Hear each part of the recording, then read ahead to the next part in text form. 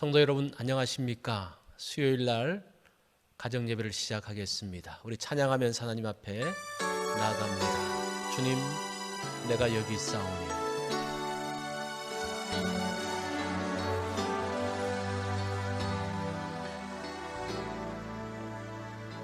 주님, 내가 여기 있사오니 나를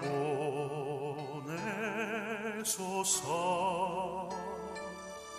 나의 맘 나의 몸 주께 드리오니 주 받으옵소서. 주님, 내가 여기 있사오니 나를 써주소서. 가진 것 모두 다 주께 드리오니 주 받으옵소서.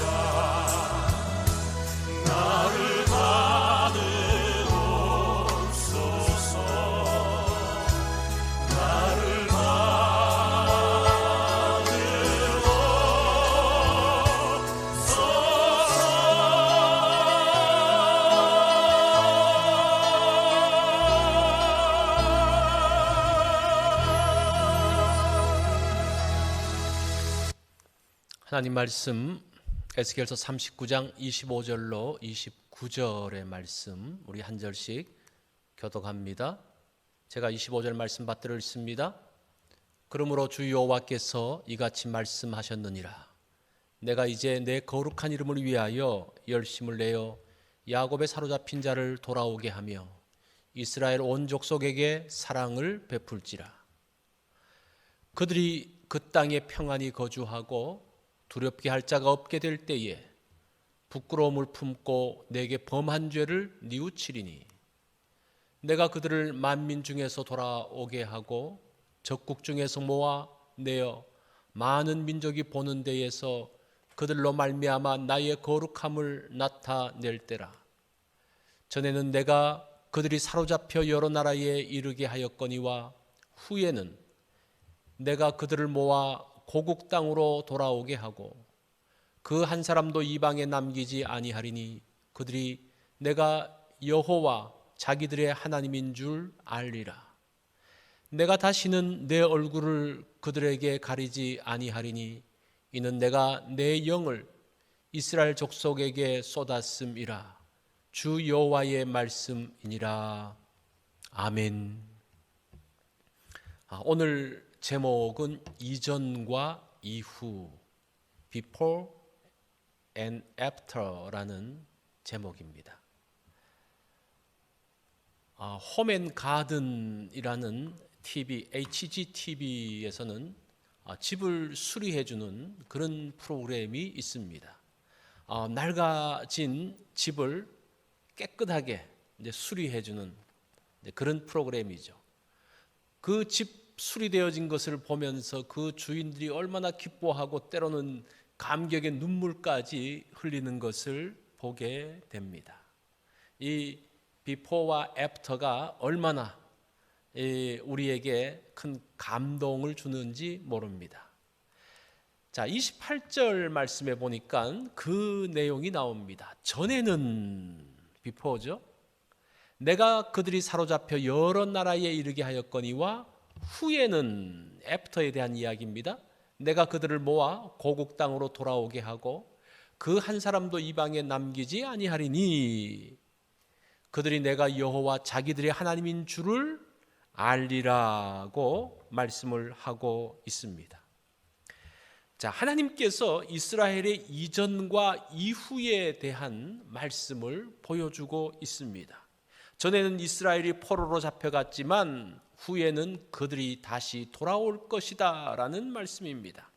한 사람도 이방에서 떠도는 사람이 없을 것이다 라는 하나님의 말씀입니다.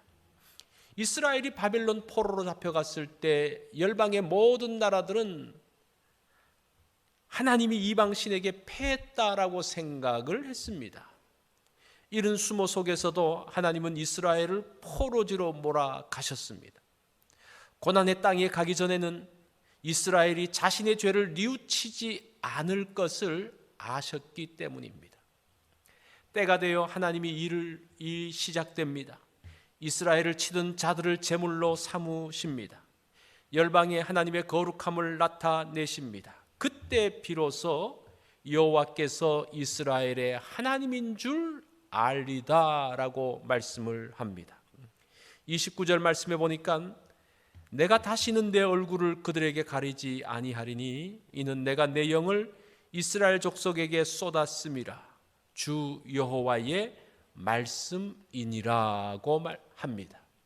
이전에는 하나님께서 얼굴을 가리셨다라고 합니다. 이 가린다는 말은 하나님의 징계와 외면을 이야기합니다. 징계로 대적의 손에 들어가는 것을 하나님께서 그냥 외면하시고 방치하십니다. 그로 인해 이스라엘은 고통과 고난 가운데 들어갔습니다. 그러나 이제 후로는 하나님께서 다시 얼굴을 드십니다. 그들을 향해서 얼굴을 돌아보십니다. 하나님의 영을 그들에게 부으면서 함께 하십니다. 하나님께서 함께 하시기에 대적들이 해하지 못합니다. 하나님의 은혜가 이스라엘 가운데 임하기 시작합니다. 이전과 이후, 비포와 애프터 사이에는 여러 사건이 있습니다.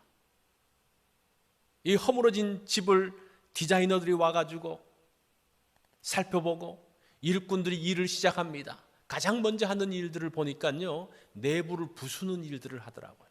이 헌 낡은 것들을 부수는 일부터 먼저 합니다. 그리고 집안의 구조를 새롭게 바꿉니다. 수리하기 위해서 시간이 필요하죠. 그때는 집을 비우고 다른 곳에 가 있어야 됩니다. 자기 집에 거하지 못합니다. 이 시간을 인내하고 기다리면 놀라운 변화를 맛보게 됩니다.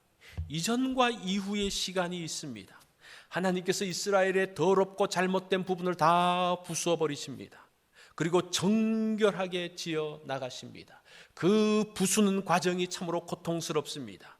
그동안은 이스라엘을 떠나 있어야 됩니다. 바벨론에 그들이 있습니다. 그곳에서 정결케 함과 바라봄, 하나님 바라봄의 훈련을 하십니다. 그리고 다시 고향으로 돌아오게 되어지고 이제 그 고향 땅에 하나님께서 준비하신 새로운 것들을 보게 됩니다. 이것이 이스라엘의 바벨론 스토리입니다. 우리의 인생에도 이전과 이후가 있습니다. 사람과 사건들을 만나면서 많은 일들이 있습니다. 그 가운데서 내 생각들이 깨어지고 나의 그 모든 것들, 나의 아픔, 참으로 그 고통의 그 과정들, 고난의 길을 겪게 됩니다. 그러나 이후에 그 모든 것들이 끝나고 난 이후에 하나님께서 그 인생에게 복을 주십니다. 그것을 우리가 아는 게 중요합니다. 지금도 하나님은 일하고 계십니다. 우리를 새롭게 하고 온전하게 하기 위해서 일하십니다. 그 일하심이 고난이고 고통의 때라고 말씀합니다. 자, 하나님의 손에 있기에 우리가 그 고난의 과정을 겪더라도 이후가 더 나을 것을 확신합니다. 이것이 그리스도인이 가지는 소망입니다. 자, 나는 지금 하나님의 역사의 어느 시점에 있을까요? 수리 중이라면 기다려야 됩니다. 부서지는 아픔을 견뎌내야 됩니다. 자, 그 과정이 지나면 하나님께서 놀랍게 변화시키신 것을 경험하게 됩니다. 자, 오늘 우리가 이 말씀 보면서 한번 적용을 해 봅니다. 나는 하나님의 일하심의 어느 시점에 와 있을까라는 것을 우리가 한번 생각해 보면 좋겠습니다. 나는 어느 과정에 있는가? 나를 진단하는 게 중요하죠. 나의 이후의 모습을 생각해 보는 그런 시간을 가져보면 좋겠습니다. 자, 그러면 나는 어떤 모습으로 바꾸어지기를 원하는가? 여러분들이 아직도 변화되지 못한 그 부분들이 있죠. 야, 나는 이렇게 됐으면 좋겠는데 그렇지 못한 부분이 있죠. 오늘 한번 우리가 내일 한번 그 시도를 해보십시오. 하나님께서 어떻게 바꾸실 것인지를 기대하면서 한번 그 시도를 하루 동안 해보시기 바랍니다. 자, 수요일에는 의료기관에 있는 자녀들, 가족들을 위해서 기도하는 날입니다. 그리고 교회가 든든히 서갈 수 있도록 이 모이지 못하는 기간에도 우리 성도들이 참으로 한 사람도 실족하지 않고 더욱더 믿음의 사람으로 설 수 있도록 위해서 기도하면 좋겠습니다. 교육관 건축을 위해서도 기도하면 좋겠습니다. 자, 오늘 우리가 이 말씀 가지고 나의 애프터, 나의 이후에 대한 것들을 한번 나눠보면 어떻습니까? 그리고 가족들과 함께 기도하는 시간을 가지시기 바랍니다.